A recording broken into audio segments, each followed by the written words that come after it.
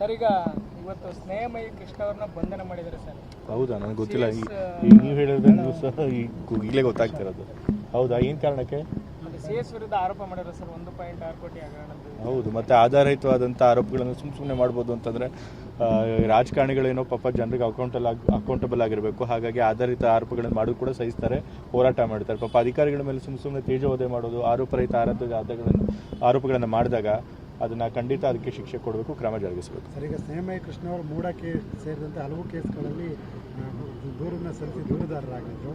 ಈಗ ಅವ್ರ ಮೇಲೆ ಈ ಥರದೊಂದು ಆರೋಪ ಈಗಾಗಲೇ ಹೇಳಿದೇವಲ್ಲ, ಯಾವುದೇ ಆಧಾರ ಇಲ್ಲದೆ ಒಬ್ಬರು ಅಧಿಕಾರಿ ಮೇಲೆ ಆರೋಪ ಮಾಡಿ ಅವ್ರು ತೇಜೋವಧೆ ಮಾಡಿದ್ರೆ ಅವ್ರು ಯಾಕೆ ಸುಮ್ಮನೆ ಇರ್ತಾರೆ? ಖಂಡಿತ ಅವ್ರ ಮೇಲೆ ಕ್ರಮ ತೆಗೆದುಕೊಳ್ತಾರೆ. ಈಗ ಮೂಡ ಮೇಲೆ ಏನು ಆರೋಪಗಳಿದೆ ಅದಕ್ಕೆ ಈಗಾಗಲೇ ನಾವು ತನಿಖೆ ಕೂಡ ಕೊಟ್ಟಿದ್ದೀವಿ. ಸೊ ಕೆಂಪಣ್ಣ ಆಯೋಗನೂ ಇದೆ. ಸೊ ಅವ್ರು ಅದನ್ನು ನೋಡಿಬಿಟ್ಟು ಮೂಡದಲ್ಲಿ ಏನು ಅವ್ಯವಹಾರ ಆಗಿದ್ದರೆ ಅದ್ರ ಪ್ರಕಾರ ಅದ್ರ ಮೇಲೆ ಕ್ರಮ ತೆಗೆದುಕೊಳ್ಬೇಕು. ಸರ್, ಸುಪ್ರೀಂ ಕೋರ್ಟ್ ಒಂದು ಅಭಿಪ್ರಾಯ ವ್ಯಕ್ತಪಡಿಸಿದೆ. ಫ್ರೀ ಬೀಸ್ ಏನಿದೆ ಇದು ಅಭಿವೃದ್ಧಿಗೆ ಮಾರ್ಗ ಆಗ್ತಾ ಇದೆ, ಅರ್ಹರಿದ್ದಾರೆ ಇಲ್ಲ ಅನ್ನೋದು ಯಾವುದನ್ನು ಕೂಡ ಕನ್ಫರ್ಮ್ ಮಾಡ್ಕೊಳ್ಳೋದಲ್ಲೇ ನೀವು ಅವ್ರಿಗೆ ಹಣ ಕೊಡ್ತಾ ಇದ್ದೀರಾ, ಇದು ಎಷ್ಟು ಸರಿ ಅಂತಕ್ಕಂಥ ಅಭಿಪ್ರಾಯನ ಸುಪ್ರೀಂ ಕೋರ್ಟ್ ವ್ಯಕ್ತಪಡಿಸಿದೆ. ಎಲ್ಲ ಒಂದು ಕಡೆ ನೋಡಿ, ಫ್ರೀ ಬೀಸ್ ಯಾವ ಕಾಂಟೆಕ್ಸ್ಟಲ್ಲಿ ಕೊಡ್ತೀವಿ ಅನ್ನೋದು ಇಂಪಾರ್ಟೆಂಟ್.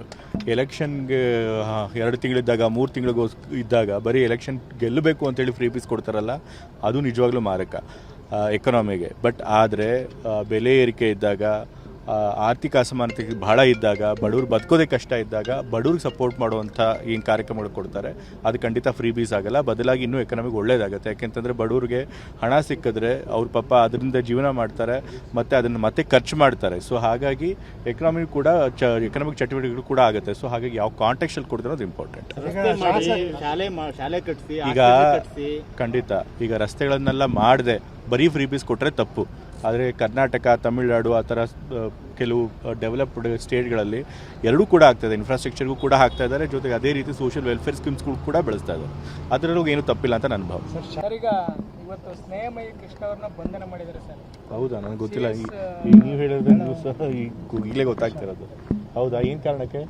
ಸಿಎಸ್ ವಿರುದ್ಧ ಆರೋಪ ಮಾಡಿದ್ರು ಸರ್, 1.6 ಕೋಟಿ ಹಗರಣದ್ದು. ಹೌದು, ಮತ್ತೆ ಆಧಾರಯುತವಾದಂಥ ಆರೋಪಗಳನ್ನು ಸುಮ್ಮನೆ ಮಾಡ್ಬೋದು ಅಂತಂದರೆ ರಾಜಕಾರಣಿಗಳೇನೋ ಪಾಪ ಜನರಿಗೆ ಅಕೌಂಟಬಲ್ ಆಗಿರಬೇಕು. ಹಾಗಾಗಿ ಆಧಾರಿತ ಆರೋಪಗಳನ್ನು ಮಾಡೋದು ಕೂಡ ಸಹಿಸ್ತಾರೆ, ಹೋರಾಟ ಮಾಡ್ತಾರೆ. ಪಾಪ ಅಧಿಕಾರಿಗಳ ಮೇಲೆ ಸುಮ್ಮನೆ ತೇಜೋವಧೆ ಮಾಡೋದು, ಆರೋಪರಹಿತ ಆರೋಪಗಳನ್ನು ಮಾಡಿದಾಗ ಅದನ್ನು ಖಂಡಿತ ಅದಕ್ಕೆ ಶಿಕ್ಷೆ ಕೊಡಬೇಕು, ಕ್ರಮ ಜರುಗಿಸಬೇಕು. ಸರ್, ಈಗ ಸ್ನೇಹಮಯಿ ಕೃಷ್ಣ ಅವರು ಮೂಡ ಕೇಸ್ ಸೇರಿದಂತೆ ಹಲವು ಕೇಸ್ಗಳಲ್ಲಿ ದೂರನ್ನ ಸಲ್ಲಿಸಿ ದೂರುದಾರರಾಗಿದ್ದರು.